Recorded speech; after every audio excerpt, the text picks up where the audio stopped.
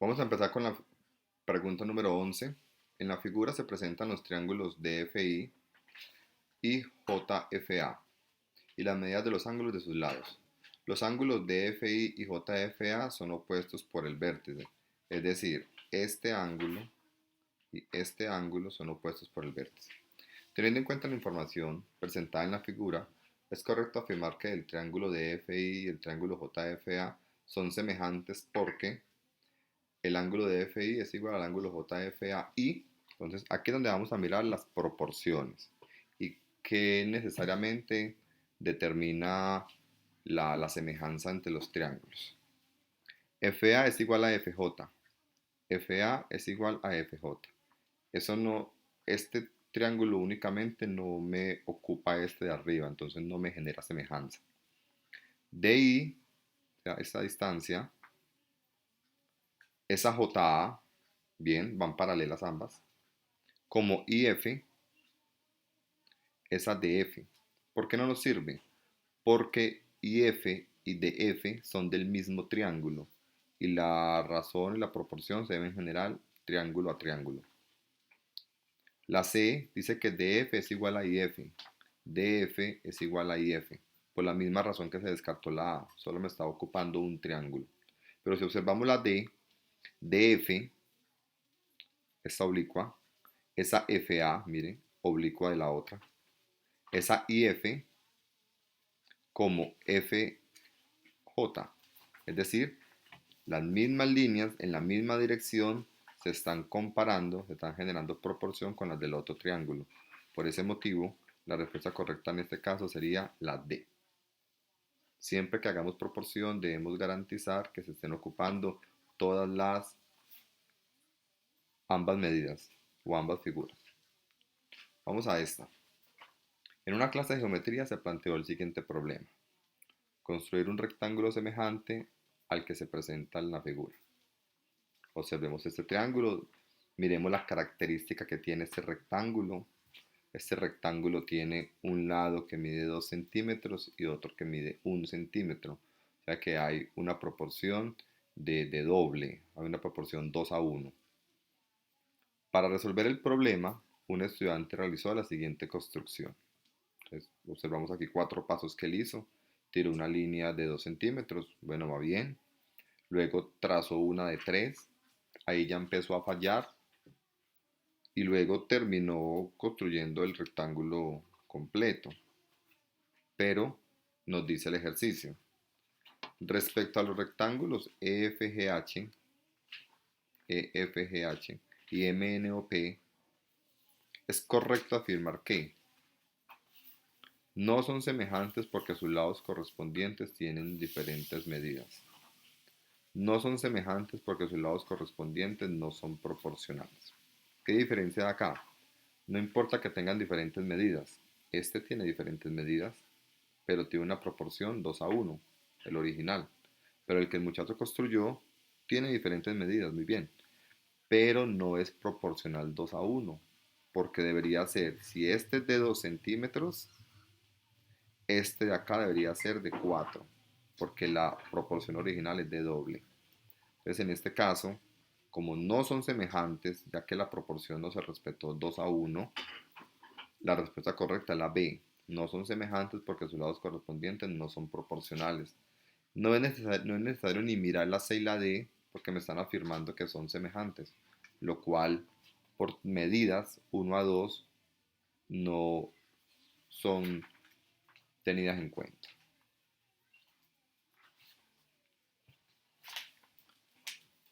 Responda a la pregunta 3 de acuerdo con la siguiente información. Bogotá fue la área metropolitana que controla la mayor parte del número de vehículos, transporte tradicional urbano de pasajeros, 40,4, y en donde se movilizó el mayor número de pasajeros, 38,6%. Esto reúne un parque automotor de 17.293 unidades y un promedio diario de 3,3 millones de pasajeros. Atención aquí, las áreas metropolitanas de Medellín, Bogotá, Barranquilla, Cali, Bucaramanga, Cúcuta, Manizales y las ciudades de Cartagena, Santa Marta y Bagué concentraron en conjunto 47,1% de los vehículos, en los que se transportaron 51,5% de los pasajeros del transporte tradicional. aquí viene la pregunta. Uno de los alcaldes de las áreas metropolitanas, o sea, de estas últimas mencionadas, propone que para determinar el porcentaje de pasajeros, mire qué palabras claves, pasajeros, que corresponde a su área metropolitana, simplemente basta con dividir 51,5 entre 9. ¿Por qué entre 9? Mire, contemos las áreas metropolitanas. Medellín, Barranquilla, Cali, Bucaramanga, Cúcuta, Manizales, Cartagena, Santa Marta, Ibagué. Y súmele Bogotá, porque Bogotá también hace parte ahí. Por eso entre 9. Que correspondería al porcentaje de pasajeros sobre el total de áreas metropolitanas a las que pertenecen los pasajeros. O sea que, ¿qué está haciendo el alcalde? Que para conocer los pasajeros de su ciudad dividió 51,5, que es el total de pasajeros que se transportaron, vean acá hasta arriba, lo dividió entre 9 porque hay 9 ciudades. Entonces, respecto a este cálculo, se puede afirmar que no es apropiado. ¿Por qué? Ignora el porcentaje de vehículos en los que se transportan los pasajeros. La pregunta no tiene nada que ver con vehículos, la descartamos. Ignora la cantidad de pasajeros que se transportan en el área metropolitana. Solo está hablando de Bogotá y ya está dividiendo entre 9, entonces no la está ignorando. Asume que en todas las áreas metropolitanas se transporta la misma cantidad de pasajeros. Exactamente. Si él está dividiendo entre 9, él está diciendo, como la división es una repartición en partes iguales, él está diciendo que al dividir entre 9, en cada ciudad se transportan los mismos pasajeros, lo cual no es cierto. Desde un inicio están diciendo que Bogotá fue el que más. Entonces no se puede hacer una división entre 9. Entonces, ahí la respuesta correcta es la C. Me están hablando de pasajeros y él está preguntando por pasajeros. Vea, el alcalde pregunta por pasajeros y acá me están hablando de pasajeros. En esta pregunta C. Entonces, por acá la respuesta correcta es la C. En el triángulo PQR se verifican las relaciones. Ojo, esto es teorema del coseno. Me dan un triángulo, me están dando las distintas opciones de teorema del coseno, despejando cualquiera de sus tres lados. Y me están de una vez diciendo que el coseno de 60 grados vale 1/2. O sea que este ángulo, cuando lo tengamos que hallar, el coseno de 60 vale 1/2. Igual ustedes lo pueden verificar por tabla. Además que R es igual a 2Q. Esto es importante. ¿Por qué? Porque ya me están dando R. R vale 4. Y si R es 2Q, podríamos hallar Q. Despejando. El 2 que multiplica pasa a dividir. Entonces queda R medios. Y es decir, R medios, como R vale 4, 4 sobre 2 es 2. O sea que Q vale 2. Listo. ¿Cuál es la medida del lado P? La medida del lado P. Entonces usamos la primera ecuación que está aquí. ¿Por qué esta primera? Porque es la que tiene P ya despejado. No tiene sentido ponerme a despejar P de otra. Entonces, un simple reemplazo, P cuadrado es igual. Q cuadrado, recuerden que Q vale 2. 2 al cuadrado vale 4. Más R cuadrado, recuerden que R vale 4. 4 por 4 es 16. Menos 2 por Q, que vale 2, recuerden, por R, que vale 4, y por el coseno de P. Este ángulo es P, este 60. ¿Por qué ese ángulo es P? Porque es el opuesto al lado. Recuerden que en la ley de cosenos, el ángulo que se maneja es el opuesto al lado que estoy hallando. Entonces el coseno de 60, este que está pintado con azul, nos dijeron que vale 1/2. Bueno, P cuadrado. Por jerarquía, primero las multiplicaciones. 2 por 2, 4. 4 por 4, 16. Y 16 por 1/2 da 8. 8. O sea que este lado me dio 8. Entonces, ¿qué quedó? 4 más 16, 20. Menos 8, 12. Para quitar este cuadrado, porque me preguntan por P, no por P cuadrado, aplico la operación inversa a la potenciación, que es la radicación. Entonces saco raíz cuadrada a ambos lados y me queda que P es raíz cuadrada de 12. Como podemos observar, en este caso nuestra respuesta correcta sería la D. raíz cuadrada de 12. Vamos con la pregunta número 15. Federico necesita resolver el problema de encontrar la medida x en centímetros del lado del cuadrado de la figura. Sabe que el área total de la figura es 45 centímetros cuadrados y determina que el problema se puede resolver utilizando la ecuación. Listo. Evidentemente es una función cuadrática, tiene una variable al cuadrado. Las soluciones correctas de esta ecuación son x menos 9 y x igual a 5. Para resolver el problema inicial de las dos soluciones de la ecuación, Federico debe presentar como respuesta. Vamos a solucionar esta función cuadrática, esta. Entonces, vemos que nos dan 8x medios, es decir, 8 medios. Eso es una fracción reducible a 4. 8 dividido 2, 4. Entonces vamos a organizarla. X cuadrado más 8x medios, recuerden que esto es 4x. Y el 45 que está al lado derecho del igual, lo paso para el otro lado, de suma pasa a restar. ¿Por qué lo pasamos para el otro lado? Porque cuando queremos solucionar funciones cuadráticas, la recomendación es igualarla a 0, de tal forma que podamos visualizar si se factoriza o se soluciona por ecuación cuadrática general. En este caso es factorizable. Vamos a abrir dos paréntesis, trinomio de la forma x cuadrado más bx más c. Factorización empieza de la página 149 hacia adelante en el libro Álgebra de Baldor. ¿Cómo se factoriza este trinomio? Abrimos dos paréntesis que se estén multiplicando. Variable del centro x, x se repite.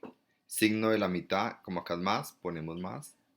Y en el otro paréntesis, ley de signos, más por menos nos da menos. Y buscamos dos números, porque hay dos espacios, que al multiplicarlos den el valor de 45 o el valor de c, y al sumarlos o restarlos, en este caso es restado. ¿Por qué restado? Porque quedó acá más y acá quedó menos. Y cuando los signos son diferentes se restan. Multiplicados 45 y restados nos den 4. Entonces es 9 y 5. Siempre el mayor en el primer paréntesis. ¿Por qué? Para garantizar el signo de acá de la mitad. X más 9, X menos 5. Ahora, ¿qué hacemos? Teorema del cero. ¿Qué es teorema del cero?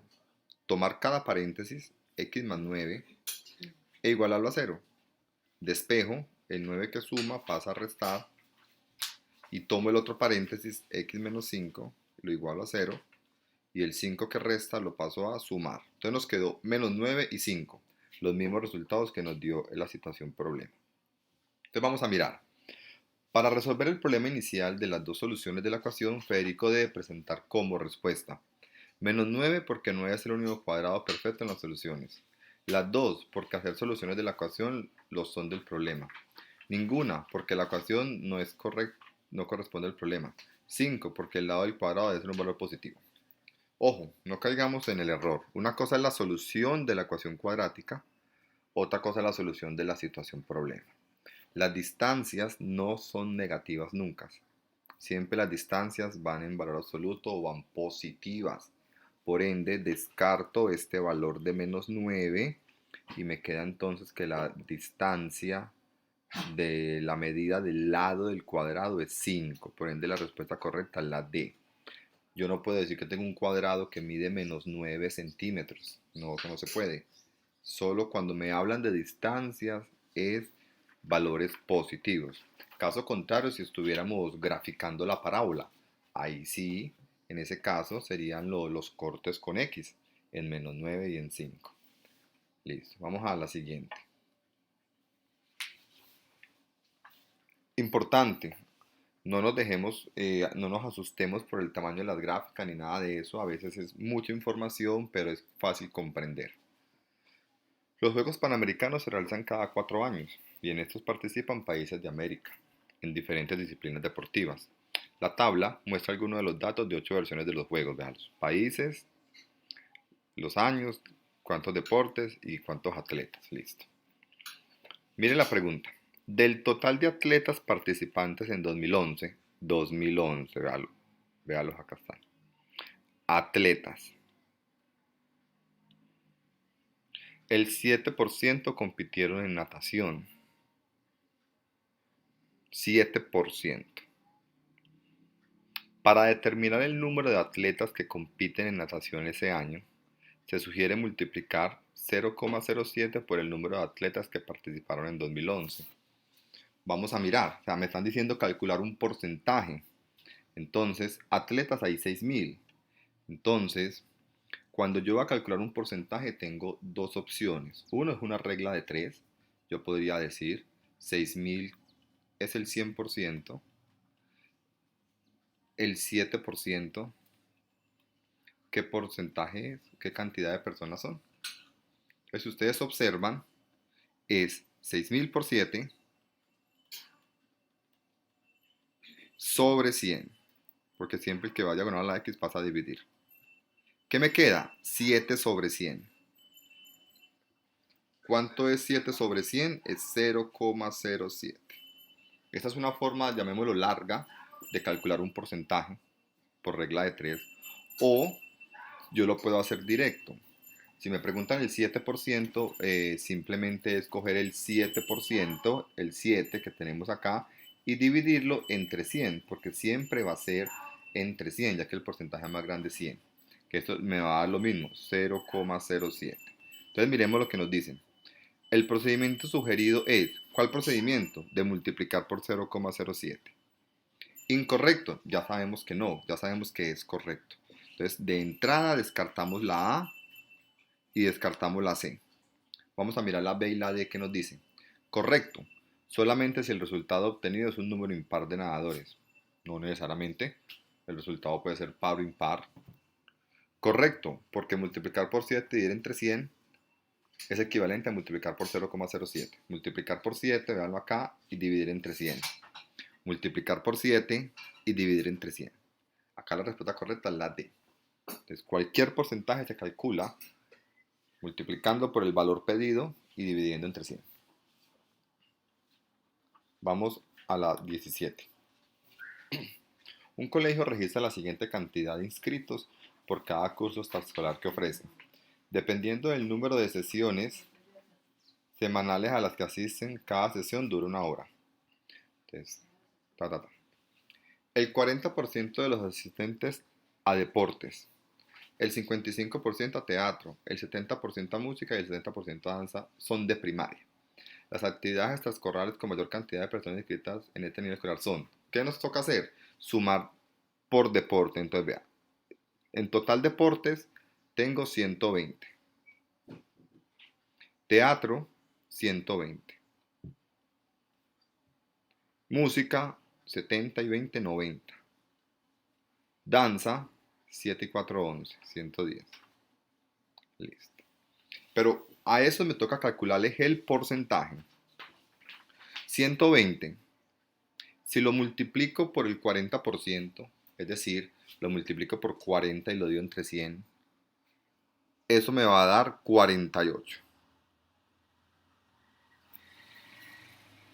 55% a teatro. Entonces, 120 lo multiplico por 55 y lo divido entre 100, eso me va a dar 66. 90 de música dice que el 70%. O sea, 90 por 70 y dividido entre 100 da 63. Y 110, que es de danzas, me dice qué porcentaje, el 60. Es decir, 66 también. Es decir, de los 120 de deportes, 48 de primarias. De los 120 de teatro, 66 de primaria. De los 90, 63 de primaria. Y de los 110, 63. Las actividades extraescolares con mayor cantidad de personas inscritas en este nivel, o sea, en primaria. Evidentemente, este es 66 y acá era 66. Y este es 66. Estos dos. ¿Por qué acá era 66? Porque es que 110 por 60, que me dicen acá, dividido entre 100. Miren cómo es de fácil. Cancelo 0 de abajo con 0 de arriba. Cancelo 0 de abajo con 0 de arriba. ¿Qué me quedó? 11 por 66. Por 6 me da 66. Sobre 1 pues es el mismo 66. Entonces las que más tienen son teatro y danza. Teatro y danza. Esas son las que más tienen inscritos en primaria.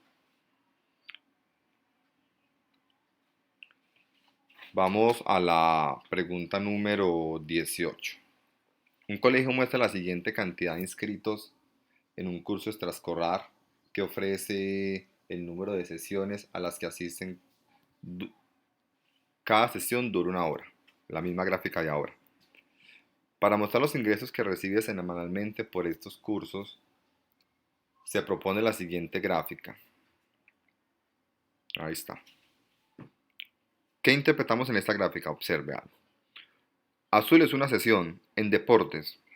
Una sesión son 60 por 30.000, o sea, 180.000, 1.800.000, vean, ahí está. Dos sesiones en deportes, 30.000 por 40.000, 1.200.000, llega hasta 1.200.000. Tres sesiones en deportes, 20 por 30.000 da 600.000. De esa misma manera, cogiendo 40.000 y multiplicándolo por cada una de las sesiones, me da esta gráfica. Bueno, por sesión. Ojo, aquí estamos multiplicándolo como si todas fueran una sesión. Esta gráfica está mostrando como si todas fueran una sesión. ¿Por qué?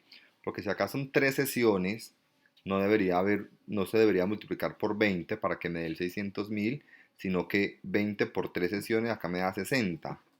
Serían 60 por 30.000. Eso me daría también 1.800.000. Eso falta en la gráfica. Entonces dice, la gráfica presenta una inconsistencia porque los ingresos recibidos de los asistentes a una sesión de deportes deben ser mayores que las de otras actividades. No necesariamente, porque es que apenas una sesión y las otras son 2 y 3 sesiones. Aquí la respuesta correcta es la B. 2 o 3 sesiones deben ser mayores en todas las actividades. Claro, tenga presente, aquí son 2 sesiones y son 40 inscritos, o sea que en realidad se van a pagar 80 sesiones, porque cada uno paga 2. Entonces, 80 por 30.000, eso me va a dar 2.400.000. Entonces, siempre las de 2 y 3 sesiones van a ser mucho más grandes, porque al multiplicarlas por 2 o por 3, me van a superar estos de acá, o al menos a igualar. Entonces, siempre las de 2 o 3 sesiones van a ser mayores que en todas las actividades. Danza y música deben ser los mismos sin importar las sesiones, no necesariamente porque tienen precios similares, pero tienen sesiones diferentes. Acá menos aquí, vean. Entonces no van a ser las mismas. Tres sesiones de deporte, acá está. O música, acá está. Deben tener barras iguales, no necesariamente. Pues son las mismas sesiones, pero tienen precios diferentes. Entonces vuelve lo mismo.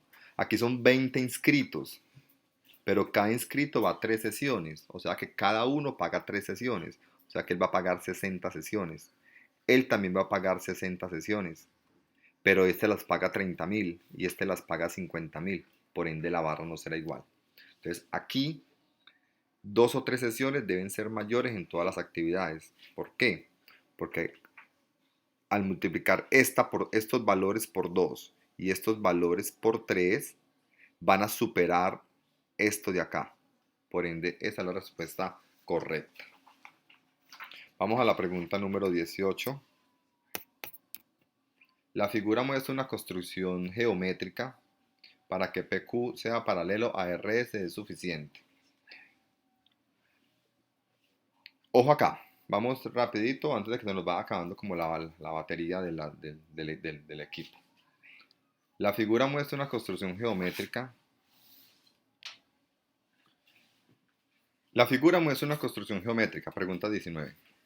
Miremos, muy parecida a una que ya trabajamos anteriormente. Para que PQ, o sea, este segmento PQ horizontal, sea paralelo a RS, paralelo, dos líneas que por más que se prolonguen nunca se van a cortar, es suficiente que, ojo, entonces empecemos a mirar el descarte. Recuerde que debemos garantizar el uso de las dos figuras geométricas. Entonces, PT, vamos con la A, PT tiene que ser igual a TS, no necesariamente. La figura de abajo puede ser más grande que la de arriba, no tiene que ser más grande ni más pequeño. O sea que ahí ya está descartada esta y esta, vean. Descartamos la A y descartamos la C porque me están diciendo que para que sean paralelas tienen que ser la misma distancia PT que TS, ¿no? El triángulo puede ir hasta aquí únicamente y nada importa que sea más corta esta, descartada. Miremos la B, entonces la A y la C descartadas. ¿Por qué? Por lo que les decía ahora, para yo comparar una figura con otra no necesariamente tienen que ser del mismo tamaño. Los ángulos 4 y 6, este de acá y este de acá, tengan la misma medida y PT y S sean colineales. Para que el ángulo 4 y 6 tengan la misma medida y PT y S sean colineales. Vamos a mirar la D. Los ángulos 3 y 4 tengan la misma medida y PT y S sean colineales. En este caso la respuesta correcta es la D. Los ángulos 3 y 4 tengan la misma medida. ¿Por qué tienen que ser la misma medida? Porque este ángulo 3 usa esta horizontal, o sea PQ. Y tiene que ser paralelo a RS, a esta de acá arriba. Por ende se involucra este ángulo de acá.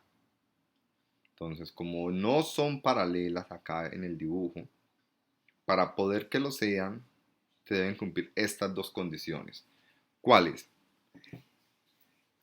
P, T y S sean colineales. ¿Qué significan colineales? Que estén sobre la misma línea recta. Si observamos aquí, P, T, acá se desvía, se crea una nueva línea recta. Mire que no está totalmente sobre la misma línea, vean. Mire que se evidencia en el ejercicio. Se evidencia en el ejercicio que hay un quiebre acá, que hay un cambio de ángulo. Por ende, tienen que ser colineales. Tienen que ser colineales.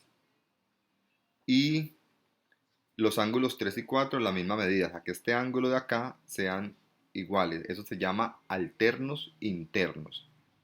Alternos porque está uno hacia el lado derecho de la línea y otro hacia el lado izquierdo. E internos porque están dentro de los triángulos.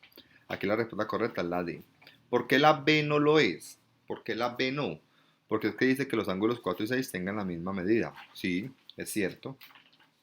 Puede que 4 y 6 tengan la misma medida, pero no necesariamente. Les voy a decir por qué. Porque depende de esta horizontal. El 6 depende de esta horizontal.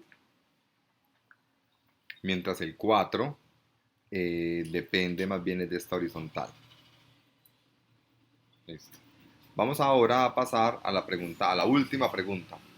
Un punto K se mueve de un extremo a otro del segmento QT que se muestra en la gráfica. El ángulo alfa y la medida h se relacionan mediante la relación trigonométrica HK sobre P, donde se deduce que la distancia entre K y P como Kp igual a h sobre seno, o Kp igual a h por cosecante de alfa. Es decir, si ese es el ángulo alfa, el opuesto maneja con el seno. Entonces, opuesto sobre hipotenusa, listo. Pero miremos y verás que la gráfica no necesariamente nos va a llevar a esa función trigonométrica. La gráfica muestra las distancias Kp, distancia K y distancia P. La gráfica que muestra las distancias Kp, cada vez que K se mueve sobre el segmento QT es, mire, si yo cojo este valor de K, vean dónde está, y lo pongo acá, cada vez este ángulo va a ser más pequeño. Si yo lo alejo, si yo lo acerco, mire como, si yo lo acerco, miren cómo se me, vean acá el punto K, si lo acerco acá, mire ya cómo está de grande el ángulo. Entre más lo aleje, entre más amplíe esta distancia de Q a T y de P a K, es decir, donde más aumente el tamaño de esta hipotenusa, ¿vean? Yo cojo esta línea punteada y la mando para acá, cada vez más siendo más grande, y entre cada vez va siendo más grande, el ángulo alfa va siendo más pequeño. Entre yo más aleje esta distancia, cada vez el ángulo alfa va siendo más pequeño. Por ende, aquí la respuesta, aquí dice que si la distancia PK aumenta, el ángulo es constante. No, el ángulo nunca va a ser constante, a no ser que no se mueva. Acá dice lo mismo, si la distancia KP, el ángulo es constante. No, aquí la respuesta correcta es la B. ¿Por qué? Porque dice, distancia PK aumenta el ángulo disminuye. Entre más aumente la distancia PK, el ángulo va a disminuir. Entonces, la respuesta correcta en este caso es la B. ¿Listo? Muchísimas gracias.